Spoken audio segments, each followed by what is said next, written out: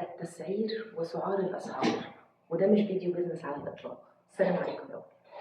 من فترة كده كنت مهتمة بحاجة بعملها، فاحتجت أتعرض كتير لمحتويات بتتكلم عن البيزنس والكلام ده كله. وجيت في نقطة التسعير بالذات، عملت لي حاجة زي عارفين لما يبقى فيه مغالطة منطقية أو معضلة أخلاقية.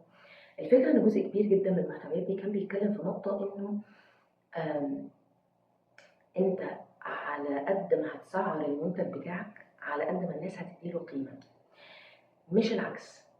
لدرجة إن كان في محتوى منهم كان كاتب جملة كده مش ناسيها أبدا، كان بيقول إنه حط سعر لمنتجك أو للخدمة بتاعتك أنت نفسك ما تصدقش إن أنت ممكن تبيع الخدمة أو المنتج بتاعك بالسعر ده. والموضوع ده عمل لي ايرور محتويات كتير جدا، يعني مش هقول كل المحتويات عشان أبقى منصفة، ولكن محتويات كتير جدا بتتكلم في نفس النقطة دي. انت مبيعاتك والدعاية وكل ده على حسب انت هتسعر عالي قد ايه، مش هتسعر ازاي، ده هتسعر عالي ازاي. فالموضوع ده كان عامل لي معضلة أخلاقية، اللي هو لأ، مش ده اللي ديننا بيأمرنا بيه.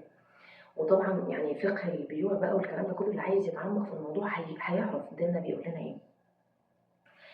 ولكن كان عندي حاجة كده بالنسبة لي محيرة. ساعات كده لما أكون محتارة عارفين لو حد درس منطق هيبقى فيه مقدمات ونتائج، خلينا أقولها نتائج. لو أنا محتارة في المقدمات ببص على النتائج وأشوف مين فيهم اللي يرتضي ديني أكتر. طيب، لو جينا نضرب مثال مثلا على الطبيب. طبيب بيعمل الكشف بتاعه بسعر عالي، تمام، هاجي ابص عليه هلاقيه شخص مقتدر ماديا، قادر ينفق على بيته وعلى نفسه بشكل كويس.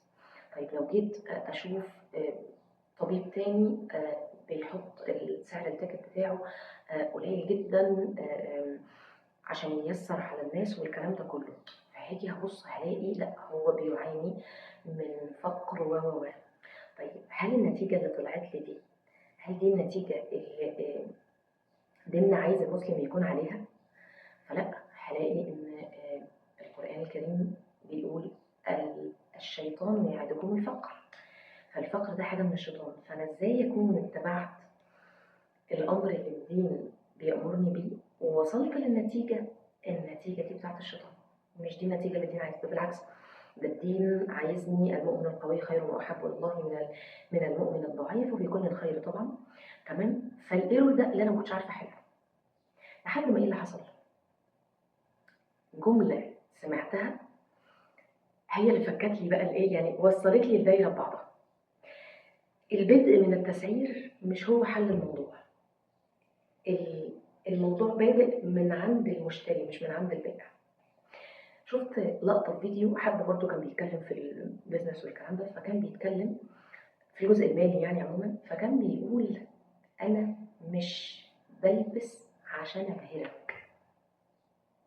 والجملة دي فكرتني بجملة اتقالت قدامي من يمكن 10 سنين لبنوتة كانت بتتكلم عن ماركة ملابس رياضية معينة غالية جدا، لدرجة إن سعر التيشيرت بتاعها أظن مثلا وقتها هو كان 900، في حين إنك تقدر تجيب تيشيرت محترم ب20.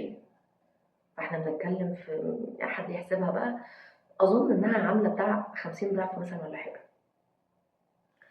فكانت بتقول بالنص، أنا وقفت قدامه وكنت هشتريه، وكنت عايزة اشتريه، كنت هشتريه خلاص، ولكن لو جبته ولا واحدة من أصحابي هيصدقوا إن ده الأصلي. فصعب عليا اللي هو أنا أدفع الرقم ده وفي النهاية محدش هيصدق إن هو الأصلي. الجملة بتاعت الشاب اللي كان بيقول أنا مش بلبس عشان أبهرك، دي اللي رتبت لي الموضوع. القصة بقى، للأسف إحنا مؤخرا بشكل ما بقى عندنا الشراء مش مبني على احتياجات. النقطة دي في ناس كتير اتكلمت فيها فأنا مش هقصد فيها. الشراء بقى مبني على تفاخر، والتفاخر ده بقى هو ده اللي الدين بيحاربه. ولا تمشي في الأرض مرحا إنك لن تخرق الأرض ولن تبلغ الجبال طولا، إن الله لا يحب من كان مختالا فخورا. الموضوع وصل لدرجة إن الله لا يحب من كان مختالا فخورا. فاحنا التفاخر فعل منهي عنه في الدين، لو ما كنتش لخبطت في الآية بس. فأنا لما أتفاخر بالمنتج أنا بعمل فعل منهي عنه في الدين. طبعا كلنا عارفين ان التفاخر حاجة مش كويسة، لأنه قد يشعر الفقير بفقره أكثر، وقد يشعر الناس بغصة في قلبها إنها مش قادرة تعمل الموضوع ده. لكن الموضوع أبعد من كده بكتير، وده اللي احنا عايشينه دلوقتي. احنا عايشين إن الناس اللي بتبيع عموما بقت بتبيع لك تفاخر، مش بتبيع لك منتج. فأنا كل ما أعلي عليك السعر أكتر أنا هبقى تارجت إنك تبص لي إني واو، وإنك نفسك تشتريه، وبالتالي لما هتجيب وهتعرف تتفاخر بيا أكتر فأنا ببيع لك التفاخر.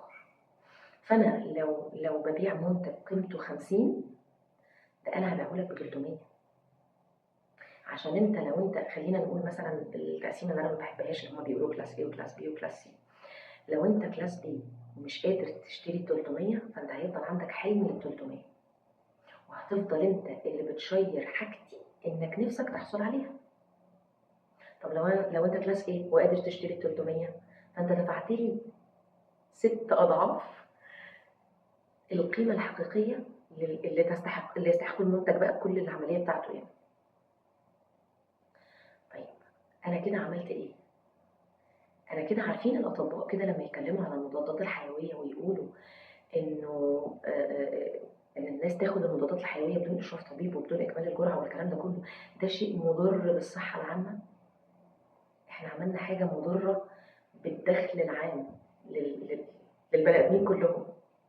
يعني تخيل لو انت اب وام وعندكم مثلا طفلين 3، خلينا نقول طفلين، فانت علشان تدخل ولادك المدرسه وتجيب لهم مستلزمات المدرسه والكلام ده كله، انت ما عدتش بتشتري تعليم وشنطه وكتب وكراسات، انت بقيت بتشتري قيمه اجتماعيه.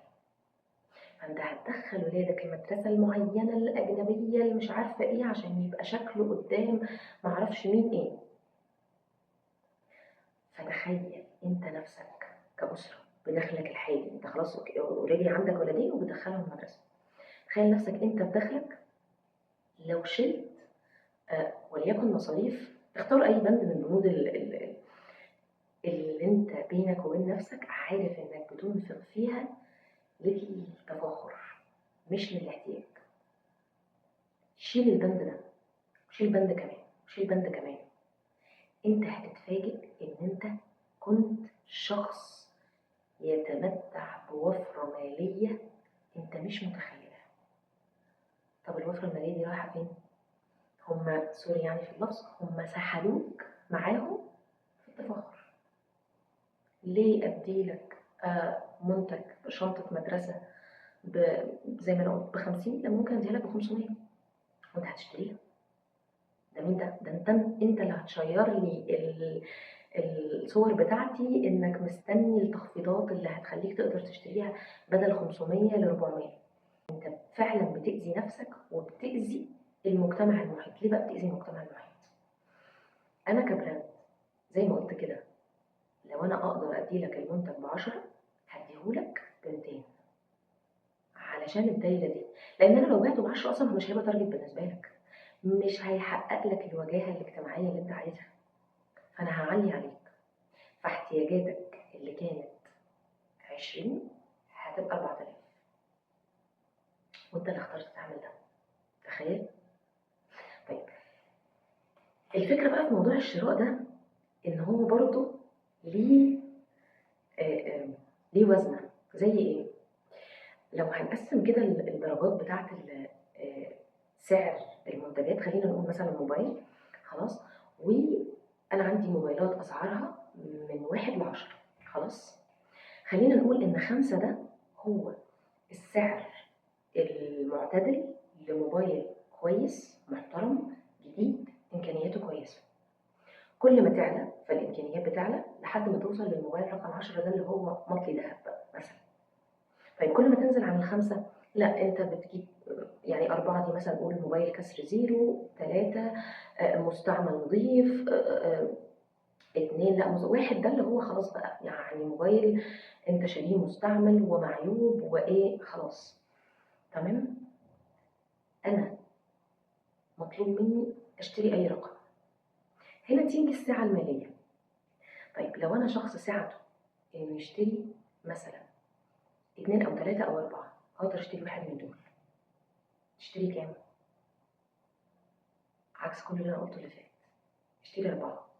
ليه؟ هقول دلوقتي. طيب لو انا شخص سعته المالية ان انا اشتري 7 أو 8 أو 9، هنا هنيجي للاحتياج. انت احتياجك في الامكانيات بتاعت 7 أو 8 أو 9، لو احتياجك 7 اشتري 7 مش تشتري 8. لو احتياجك 8 أو 9 اشتري 8. لو لا مش محتاج، انت اصلا انت سعتك 7 أو 8 أو 9 بس انت احتياجك 5، اشتري 5. طب ليه اللي تحت ما عملش كده؟ ليه اللي تحت الخمسة؟ في جزء كده معين، ودي برضو من الحاجات اللي اتقالت قدامي بطرق مختلفة، برضو ما كنتش قادرة امسك السبب بتاعها. كان يقول لك وانت بتشتري ما تدورش على الرخيص. يعني مش انا فوق قلت ما تدورش على الغالي، لا الصح انك ما تدورش على الرخيص بقى كمان لو انت في الجزء اللي سعته المالية اقل من 5. بصوا هو في سبحان الله يعني دايما كان يقول لك ايه في المنطق برضو، يقول لك الفضيلة هي وسط بين رذيلتين دايما. الكرم وسط بين البخل والتبذير او الاسراف وهكذا. طيب ليه ما اشتريش 1 أو 2 أو 3؟ يعني أنا لو سعتي 1 أو 2 أو 3 مش اشتريش 1، اشتري 3. ليه؟ دي بقى حتة نفسية في الموضوع ده. لما تدور على الأرخص انت بالنسبة لك بيكون تفكيرك منصب على توفير المال، او خلينا نقول على اني اصرف اقل قدر من الفلوس علشان يتبقى معايا اكبر قدر من الفلوس اللي معايا دلوقتي. الجزء ده وراه حته دقيقه شويه، هي ايه؟ انا كده بستمد اماني من الرقم اللي معايا، من الفلوس اللي معايا. خلينا نقول بستمد اماني من الرزق وليس الرازق. فعارفين الآية اللي بتقول خشية إملاق؟ هي خشية الإملاق دي. أنا لما استمد أماني من الرزق وليس الرازق، أنا أوتوماتيك كأني بقول أنا لو خلصت اللي معايا دلوقتي هو ده مصدر الرزق أصلا، فأنا هبقى خلصت مصدر الرزق. أنا لو خلصت اللي معايا دلوقتي ربنا مش هيديني تاني. فأنا ببقى عارفين أنا عند ظن عبدي بي. أنت بتظن الضيق فبتبقى في ضيق، في حين ان انت لو قررت توسع على نفسك. وتاني انا باكد لو انت ساعتك تسمح 1 أو 2 3 اختار 3. يعني بتكلم في الرينج اللي انت ساعتك تسمح، اوعى تروح تجيب 4. طيب لما انت تختار اوسع حاجه في المتاح، انت بيكون من جواك انك واثق في ربنا، انك بتنفق من سعه الله. عارفين الايه، وان كان الآية ذكرت في معنى مختلف، يعني لينفق ذو سعة من سعته أو من سعته. وحتى فمن قدر عليه رزقه فلينفق مما آتاه الله. يعني حتى في الجزء اللي قدر عليه رزقه ربنا قال له فلينفق مما آتاه الله.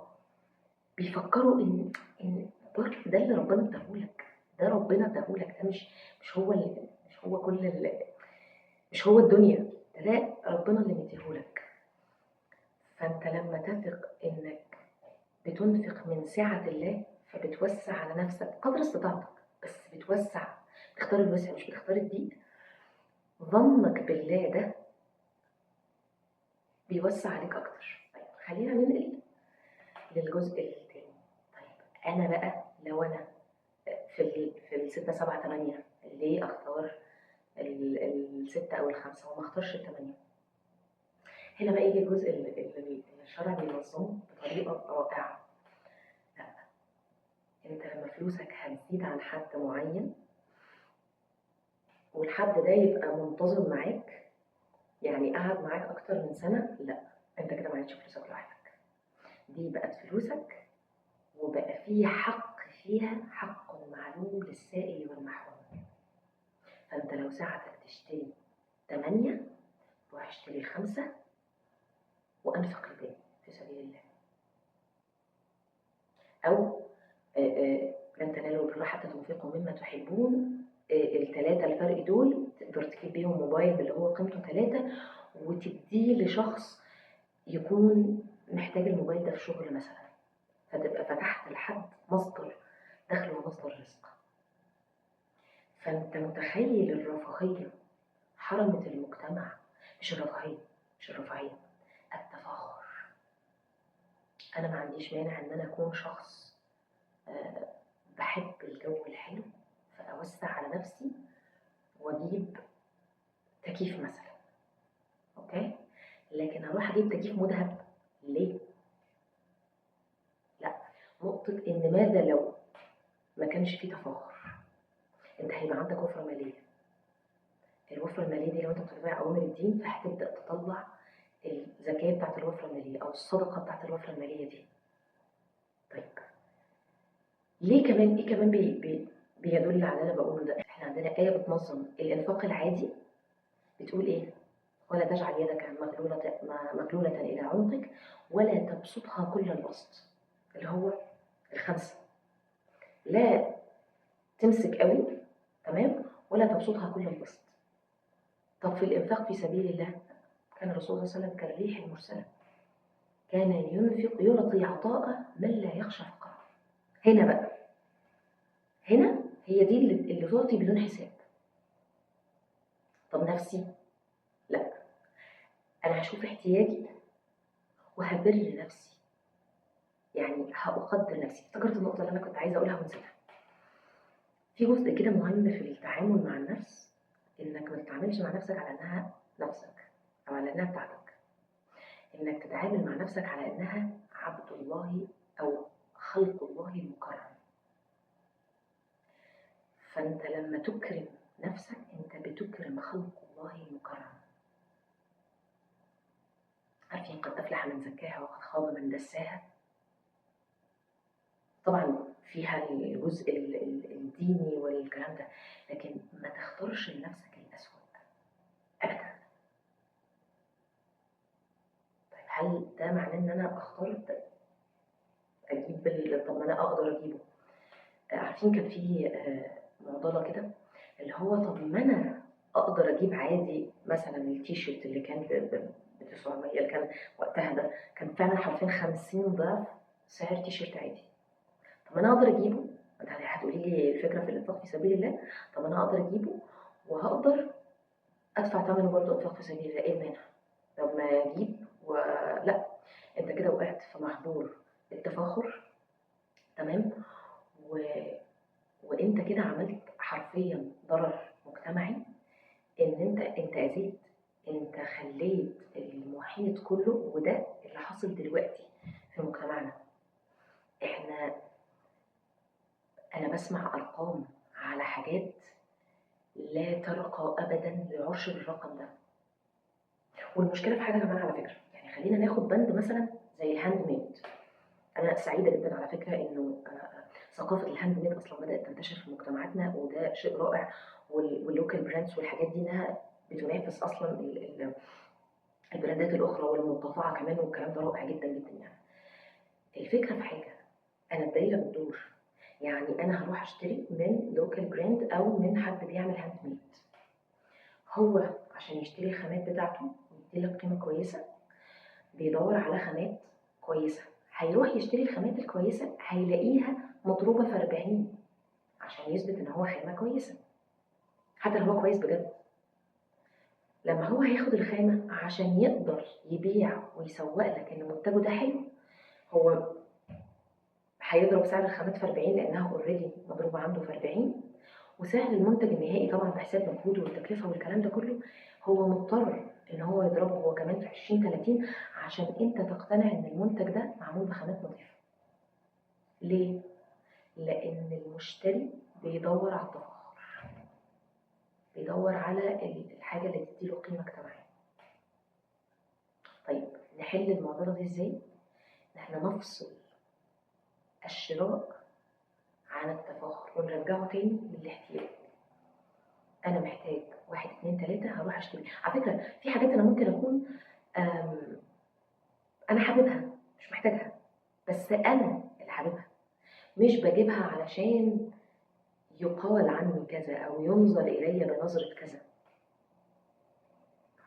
يعني ابر نفسي اوكي، ولكن ما بقاش ببر غيري، ما بقاش زي الراجل اللي استخدم تعبير عبقري: انا مش بلبس عشان ابهرك، انا مش دوري ابهرك. تمام. طيب انا اتمنى ان انا اكون لخصت كل اللي انا عايزه اقوله. انا عارفه ان الفيديو طويل شويه، بس انا يعني كان كذا حد طالب مني اصلا اللي هو ايه، اعملي فيديو نسمعه في الطريق واحنا في العربيه، اعملي فيديو طويل شويه، فكانت اهي فيديو طويل. يا رب اكون قلت كل النقاط اللي انا عايزه اقولها. خلي بالكم ربنا في القران بيقول لنا: الهاكم التكاثر حتى زرتم المقابر، كلا سوف تعلمون ثم كلا سوف تعلمون، كلا لو تعلمون علم اليقين. التكاثر ده على فكرة تكاثر في الأموال وفي الأولاد الكلام ده كله، مش أولاد بس. فكرة التكاثر إن أنا جبت كذا فأنا عايزة اللي بعده، أنا عايزة اللي بعده، أنا عايزة اللي بعده، هو ده تحديدا اللي ربنا بيكلمنا عليه. عشان كده بقول لكم إحنا لو رجعنا الشراء للاحتياجات، انتوا هتكتشفوا إن جزء كبير جدا من بنود الصرف الأساسية في حياتنا ما كانتش احتياجنا. عارفين في جملة كده بتقال: مشاعرك اللي هي مش مشاعرك، هم وصلوا لك انك محتاج ده وانت اصلا مش محتاجه. انا شخص على فكرة الحمد لله بفضل الله بكره البراندات وبكره الترندات والموضة والكلام ده. يعني تقريبا معظم الحاجات اللي عندي اللي لبستها وهي كانت موضة انا لبستها بعد ما موضتها خلص، او جبتها اصلا اقتنيتها اصلا بعد ما موضتها خلص. انه والله اتس اوكي شكلها حلو، يعني مش انا مش جايباها عشان هي موضة. الثقافة دي والله العظيم هتعمل لكم تحرر رائع، وهيجبر ايه بقى؟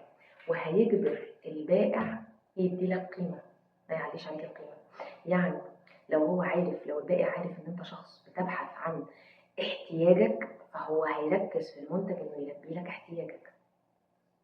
لو هو عارف ان انت، عارفين انتوا الحاجات بتاعت الموبايلات الجديدة لما يطلع لك موبايل فيه مميزات جامدة جدا بس يلغي ميزة من اللي كانت في الموبايل اللي قبله، عشان يرجع الموبايل الأحدث يرجع له الميزة ديت ويجيب يلغي ميزة تانية. هو طول الوقت بيصنع لك احتياج يخليك احتياج وهمي زي ما قلت، أو بيخليك محتاج حاجة انت أصلا مش محتاجها، علشان انت طول الوقت تسعى للي بعده للي بعده. لو جاب لك كل المميزات انت عمرك ما هتسعى للي بعده. طب لو انت مركز على الاحتياج وعلى القيمة، انت اللي هتقول لا، انا والله ده مش ملبي الاحتياج بتاعي. لو انت بتحسب قيمة المنتج بما يستحق المنتج، انا والله والله لا الشيء ده شكله جميل، بس لا طبعا لا يستحق الشيء. ركزوا في النقطة دي، الشيء لا يستحق السعر. مش انا اللي مستكتر على نفسي ان انا ادفع رقم زي ده. مش اني ادفع رقم زي ده ان هو كتير بره قدرتي، لا هو في قدرتي، بس انا مستكتر على نفسي اني اجيب حاجه بالشكل ده.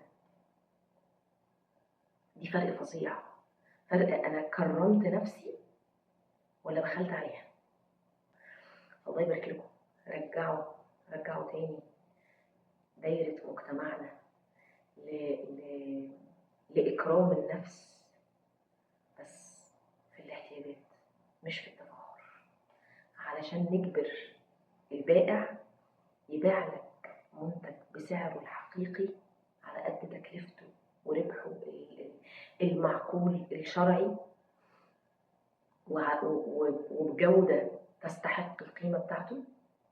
وعلشان نرجع تاني المجتمع المسلم اللي ديننا عايزه ان هو يكون مجتمع متكافئ، فاكرين مثال الأب والأم اللي عندهم طفلين، واتكلمت على بنود الصرف اللي بتتضاعف بسبب التفاخر، وإن هما لو جربوا يلغوا بنود من دي هيكتشفوا الوفرة المهولة اللي عندهم.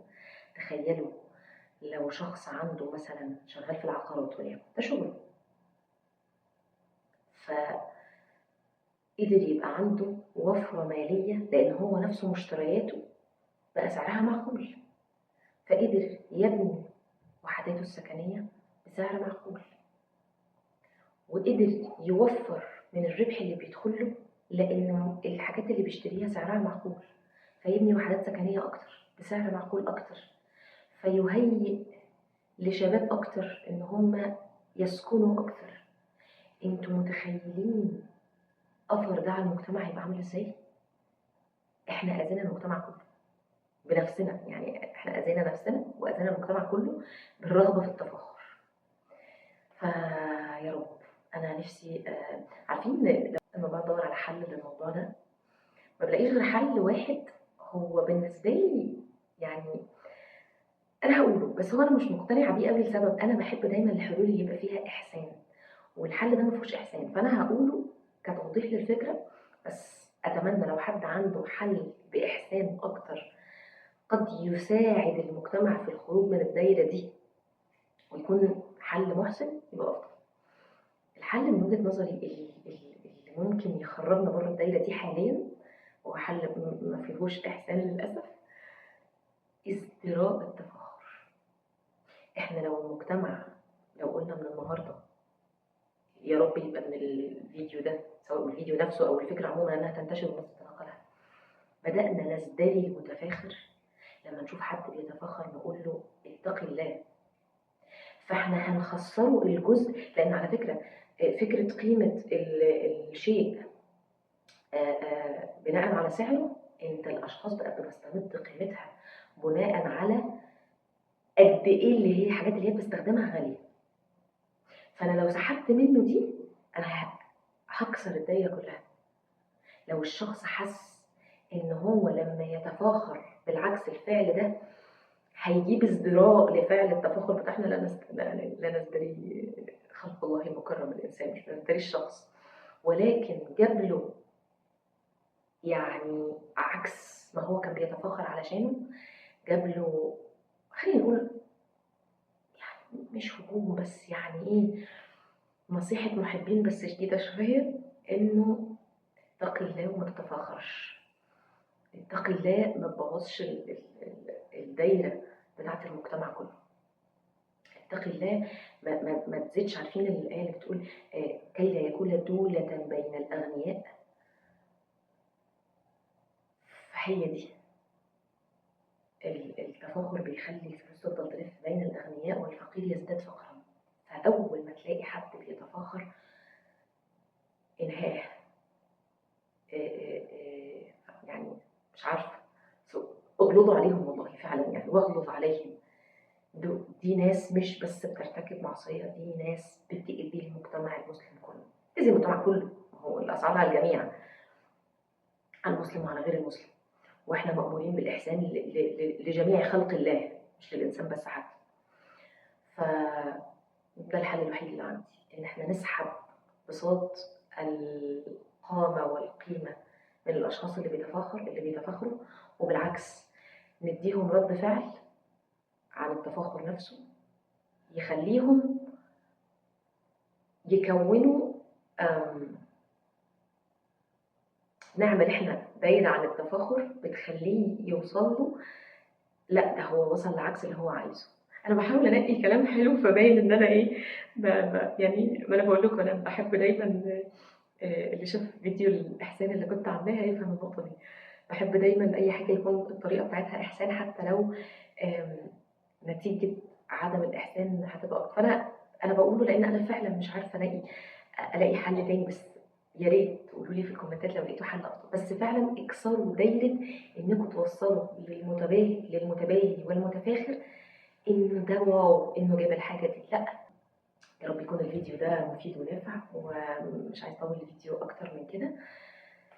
قولوا لي ايه الافكار اللي جت في دماغكم وانتوا بتتفرجوا على الفيديو، قولوا لي لو عندكم فكره افضل لكسر الدايره، قولوا لي لو انتوا عندكم منتجات او حاجات او خدمات اكتشفتوا ان انتوا تدفعوها بس للتفاخر، او الحاجه نفسها ممكن تبقى احتياج بس الليفل اللي انا بدفعه بشكل او باخر انا بضطر ادفعه عشان التفاخر، او علشان على فكره كأمهات انا ببقى عايزه علشان ابني ما يحسش ان هو اقل من زمايله، وده احتياج مهم على فكره.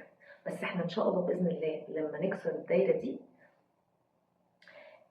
عارفين الصبيان في المدارس دي حاجه ما فيهاش احسان برضه للاسف، لما يلاقوا الصبيان بالذات لما يلاقوا حد جايب حاجه غاليه فيقولوا له مش عارفه الواد التوتو اللي مش عارفه ايه مامتك جايباها لك، فما يرضاش ياخدها تاني. عايزين نعمل ده في المجتمع كله، احنا عايزين فعلا نخلي الناس تخاف تتفخر، تحس ان ده بالعكس ده هيقلل من قيمتها. شوفوا بقى تعملوا ده يعني، حاولوا تلاقوا طريقه محسنه لده ان شاء الله باذن الله. بس انا كده خلصت، شكرا جزيلا جزيلا، وشكرا جدا جدا للي سمعني لحد دلوقتي، ويا رب يكون فيديو بالنفع يا رب ان شاء الله باذن الله.